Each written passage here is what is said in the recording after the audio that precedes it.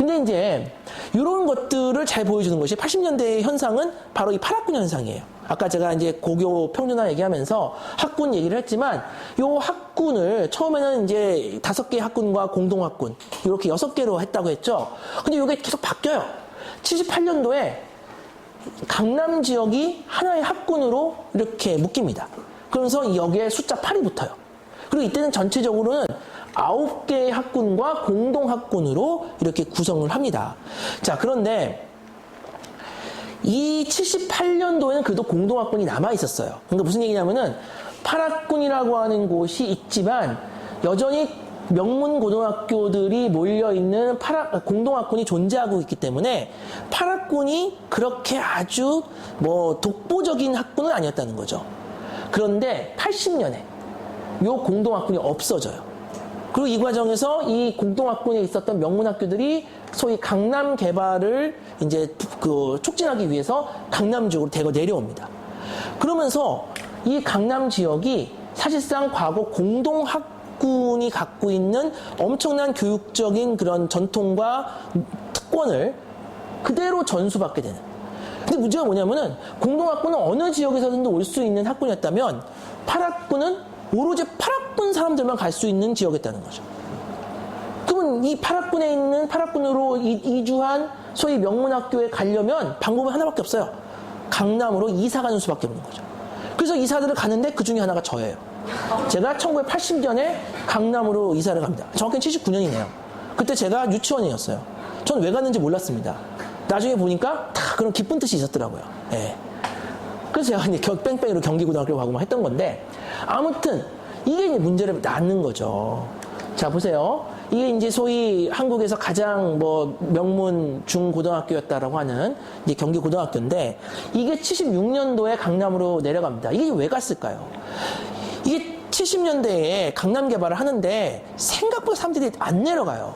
왜냐하면은 거기가 나름대로 평지, 강남의 가장 큰 메리트는 평지가 많다는 건데, 평지이기도 하고 그 구획 정리해가지고 이렇게 여러 가지 이렇게 반듯반듯하게 살기 좋게 만든다고는 했지만 너무 인프라가 없는 거예요. 제 얘기해서 죄송한데, 저희 아버지하고 어머니가 72년도에 결혼하셨어요. 근데 그때 신혼집 보러 강남에 가셨다고 하더라고요. 근데 딱 갔다가 그냥 뒤도 안 돌아보고 왔대요. 왜냐? 신혼이니까 당연히 여기서 이제 아이를 낳고 키우고 해야 되는데 세상에 병원이 하나 없대요, 병원이. 애가 아프면 도대체 어떻게 해야 되나? 이런 이제 생각을 하니까 도저히 여기 살 수가 없다. 그래가지고 이제 저는 강북에서 태어났어요, 태어나기는. 그러니까 인프라가 없다라고 하는 것이 결국에는 이 강남이 개발되는 데 있어서, 강남이 발전하는 데 있어서 가장 큰 핸디캡이었고, 결국 강남을 개발하기 위해서는 어떻게든지 인프라를 여기다가 구축하는 수밖에 없는 거죠. 근데 한국 사람들이 여러 가지 따지죠. 병원도 필요하고, 무슨 터미널도 필요하고, 백화점도 필요하고, 그러나 제일 중시하는 것 중에 하나가 학교예요. 그래서 결국에는 정부도 학교를 내려보내려고 했는데, 여기서 이제 가장 상징적인 학교가 경기고죠. 경기고는 게다가 공립이에요. 사립은 훨씬 어려운데 공립이니까 좀 힘을 쓰면 내려가는 거죠. 그래서 많은 동문들이 반대했지만 결국에는 경기고가 76년도에 바로 이 학교로, 여기 삼성동 코엑스 근처, 제가 바로 여기 다녔습니다. 예. 여기로 이제 가게 된 거예요. 그러면서 이후 경기고뿐만 아니라 서울도 80년 정도에 내려가게 되고요.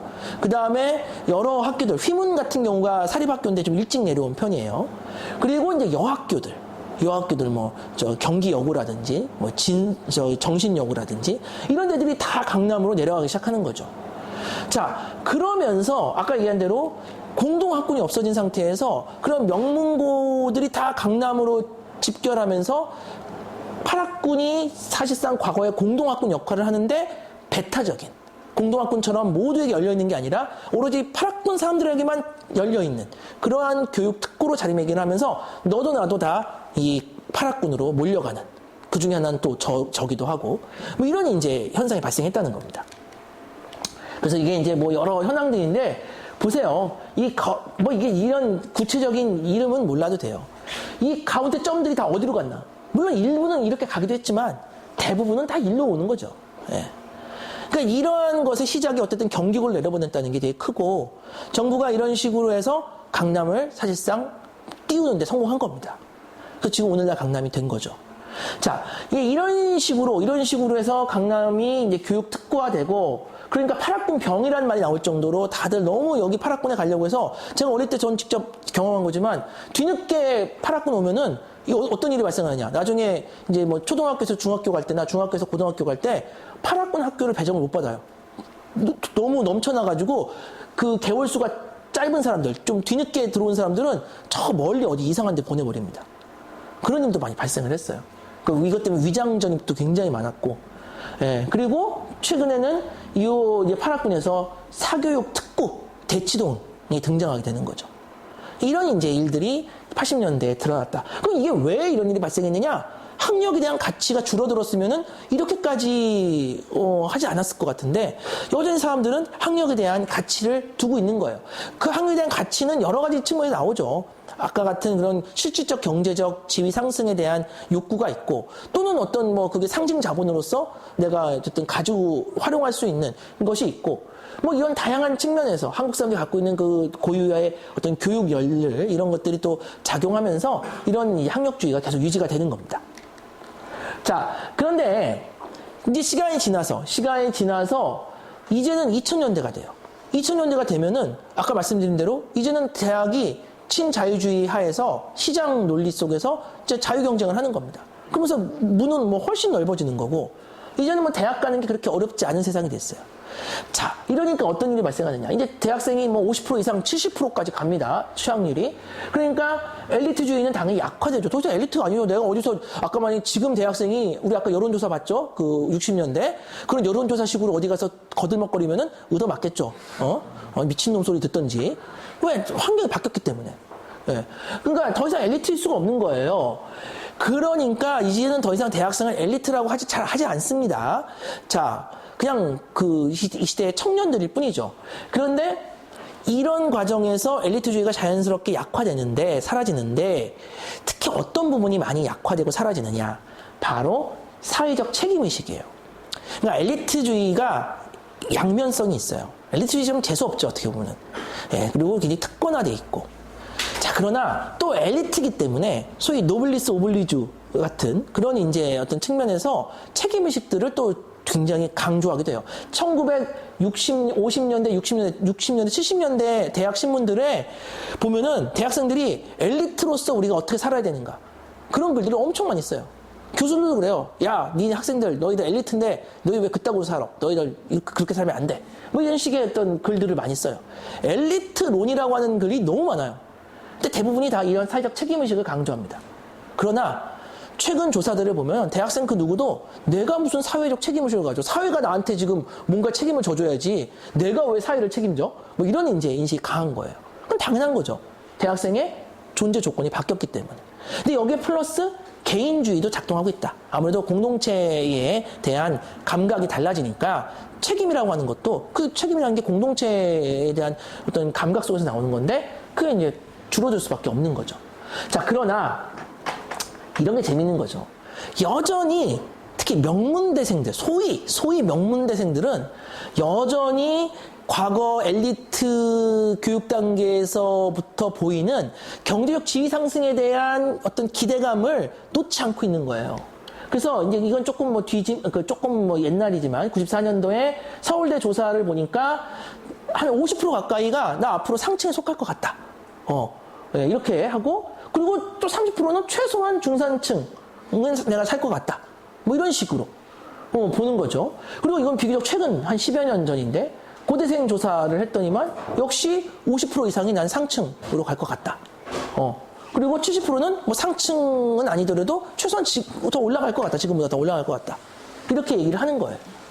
그러니까 이제 이런 걸 보면은 참 한국에서 이 학력을 통해서 경제적 지위 상승, 뭐 꼭 경제가 아니더라도 뭔가 더 상승할 수 있다라고 생각하는 인식이 참 예나 지금이나 정말 강고하게 이어져 오고 있다. 그런 것들이 이제 학력주의의 기반이 되고 있다. 이렇게 이제 볼 수가 있는 거고요. 근데 이제 제가 이건 이제 여러분들의 문제이기도 해서 사실 이건 역사학자가 얘기하기는 조금 좀 어려운 부분이긴 해요. 이거는 사회학이나 뭐 이런 데서 다뤄야 될 것 같은데, 그냥 제가 보기에는 이게 이제 같은 학력주의의 범주 안에 있는 거지만 약간 지금은 그 양상을 달리하고 있다. 즉 대학 개별 대학의 간판과 서열을 중시하고 있다. 즉 과거에는 그냥 대졸이라고 하는 학력 그 자체가 사실 중요했어요. 대학생이 귀했기 때문에 물론 그때도 간판 봤죠. 뭐 이 대학생이 어느 대학교 학생인가 이런 것들을 보긴 봤지만 그거보다는 사실 대학생이냐 아니냐 이런 게 사실은 굉장히 중요했다는 거예요. 근데 지금 뭐 대학생이 흔해졌으니까 이제는 그게 중요한 게 아니라 어느 대학 학생이냐 이런 게 중요하다는 거죠. 근데 문제는 그것을 아주 철저하게 위계화해서 서열을 매긴다는 겁니다. 그것을 잘 보여주는 주문이 있죠. 소위 서성한 서연고 서성한 중경외시 맞죠? 그 다음에 뒤도 뭐 외우는 사람 있던데 그런 걸 왜 외우는지 모르겠지만 제가 여기서 이런 얘기를 하는 게 참 어떤 면에서는 이게 잘 모르겠어요. 왜냐면은 여기 다 지금 우리 뭐 성균관대학교 분들이 많은데 어떻게 느끼세요? 이 서열을 외울 때 내가 그래도 좀 위에 있으니까 좋아요? 아니면은 나보다 더 위에 있는 놈들이 있으니까 좀 기분이 나빠요? 난 그 주문 같은 거를 처음 들었을 때 충격 아직도 잊지 못해요. 야, 우리가 갈 때까지 갔구나.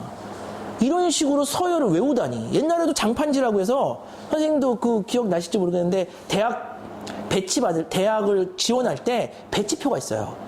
그건 아주 철저하게 소위 제일 잘 나가는 대학에 잘 나가는 학과가 맨 꼭대기에 있고 그러면서 철저하게 이제 그 순서대로 막 그 위치가 주어져 있죠. 그럼 나는 높은 데 가고 싶지만 성적이 안 되니까 막 낮은 데로 가야 되고 그러면서 막 우울해하고 막 그런 것들이 있어요.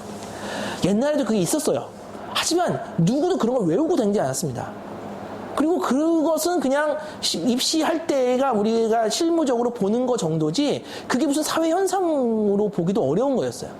근데 어느 순간인가부터 우리가 그 서열을 외우면서 그 서열 갖고 인터넷 같은 데서 막 논쟁이 붙어. 인터넷에 댓글 같은 데서 막 싸워. 이걸 약간 이제 기존에 알려진 거하고 조금 다르게 이제 그 위치를 좀 바꾸려고 하면은 막 누가 막 화를 내. 저의 경험상에서는 도저히 이해할 수 없는 상황이 발생하는데 저는 그런 게 이 대학 서열주의다. 그래서 이제 결국 간판과 서열이 중요해졌고 개별대학에 이걸 이제 다른 말로는 학벌주의라고도 부를 수 있는데 요거 약간 이제 이거는 뭐 어법의 문제가 있을 것 같아요. 학벌이란 말을 쓰게 되면 약간 패거리란 느낌이 있는데 저는 지금 대학생들이 아무리 간판을 따진다 할지라도 서열을 되게 중시한다 할지라도 패거리로 움직이는 것 같지는 않거든요.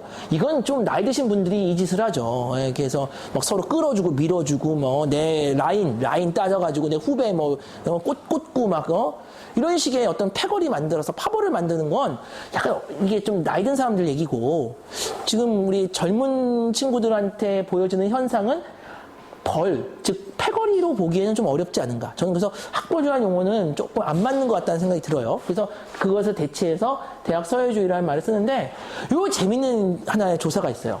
2017년에 정부가 이제 소위 공정성 막 이러니까 이게 이제 블라인드 채용을 해보겠다. 그러니까 이 사람의 스펙을 보지 않고 그냥 이 사람 자체만 면접해가지고 한번 뽑아보겠다. 근데 이런 어떤 그 일을 했나 봐요. 그런데 이 과정에서 연세대학교 학부죠. 연세춘추가 재밌는 조사를 했어요. 연세대학이 캠퍼스가 많잖아요. 근데 이제 서울에 있는 신촌 캠퍼스, 그리고 이제 이 친구들이 1학년 때는 저 송도의 국제 캠퍼스에서 있으니까, 요 이제 소위 신촌을 중심으로 한 학생들 한 집단과, 그 다음에 이제 지금은 미래 캠퍼스라고 부르는, 원주에 있는 캠퍼스의 한 집단에게 똑같은 설문을 한 거예요. 현 정부가 추진 중인 공공부문 블라인드 채용 도입에 찬성하십니까? 근데 이런 결과가 나왔어요. 여기서 이 빨간 색깔이 신촌, 그 다음에 파란 색깔이 원주예요. 자, 빨간 색깔을 보시면 알겠지만 신촌 학생들은 대부분이 뭐 아니요 쪽에 대답을 했어요. 자, 그러나 이 원주 쪽에서는 상당 부분이 네라고 했어요. 훨씬 더 많은 비율이죠. 찬성했어요. 한쪽은 반대, 한쪽은 찬성. 근데 이유가 있어요. 가령 이 블라인드 채용에 대해서 찬성한 우리 특히 원주 쪽에 많이 있는 이런 학생들은 이게 이제 훨씬 공정한 거 아니냐. 스펙 안 보고 사람만 보고 뽑으니까. 그리고 이렇게 하면 쓸데없는 스펙 쌓으려고 막 엄청나게 고생할 필요가 없지 않느냐. 뭐 이런 이제 얘기를 하는 거죠. 하지만 반대하는 사람들도 다 나름의 이제 이유가 있어요. 일단 스펙도 능력과 성실함의 결과다. 띵까띵까 놀다가 그냥 어디 가서 말빨, 이걸로 그냥 적당히 이제 어쨌든 취업하려고 하고 또 이제 이런 것도 있죠. 객관적 기준이 없는 거 아니냐. 사실 이런 것도 이제 문제가 될 수 있겠죠. 사실 면접이라고 하는 거는 좀 얼굴 잘생기고, 또 말 잘하고, 또 이렇게 좀 호감형인 사람들이 훨씬 유리하지 않아요? 예. 내가 아무리 능력이 있어도 좀 뭐 어눌하고 조금 외모가 조금 딸리고 이러면은 이런 데서 밀릴 가능성이 있는 거죠. 근데 그런 게 기준이 된다는 건 사실 좀 그러니까 받아들이기 어려울 수도 있잖아요. 나름의 다 이유를 들면서 찬성도 하고 반대도 하는 거죠. 그러나 솔직히 얘기해서 이 결과는 예측된 거예요. 바로 이런 대학 서열에서의 차이가 그대로 이 설문조사에 반영돼 있다라고 볼 수 있는 거죠. 누군가는 그 간판을 봐줬으면 좋겠고, 누군가는 그 간판을 지웠으면 하는 거예요. 그러니까 이제 이런 그 대학 서열주의라고 하는 것이 이런 조사를 통해서 확인 가능하다. 그러니까 이때 서울대도 비슷한 그 조사를 했어요. 이건 엄밀하게 한 게 아니라 그냥 식당 같은 데다가 이렇게 판 붙여놓고 스티커 붙여주세요 했더니만 찬성은 133, 반대가 291. 서울대 학생들은 간판을 보기를 원하는 거죠. 무슨 블라인드는 무슨 블라인드냐. 다 까고 하자. 뭐 이런 거죠. 그게 자기들한테 유리하니까. 그리고 거기에는 이런 명분들이 있는 거예요.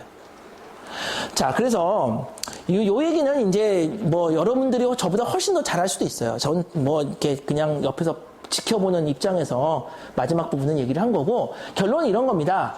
결국에는 우리가 쭉 한국 현대사를 보니까 대학 교육이 대중화되고, 그러니까 엘리트 교육에서 대중화되고 그 다음에 보편화됐어요. 3단계를 거쳤죠.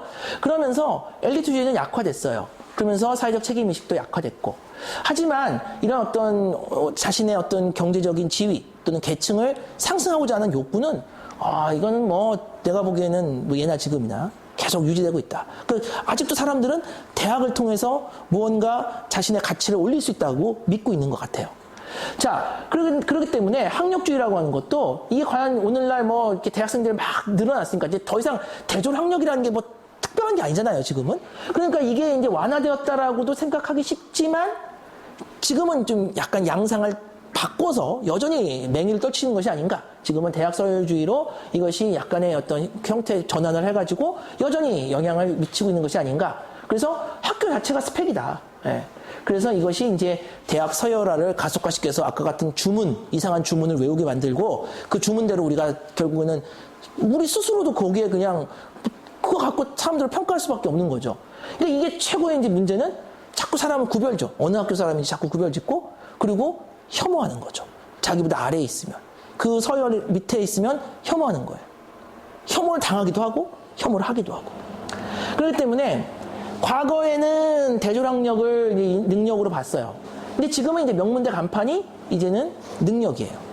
그러니까 결국에는 뭐 이게 비슷한 양상이다.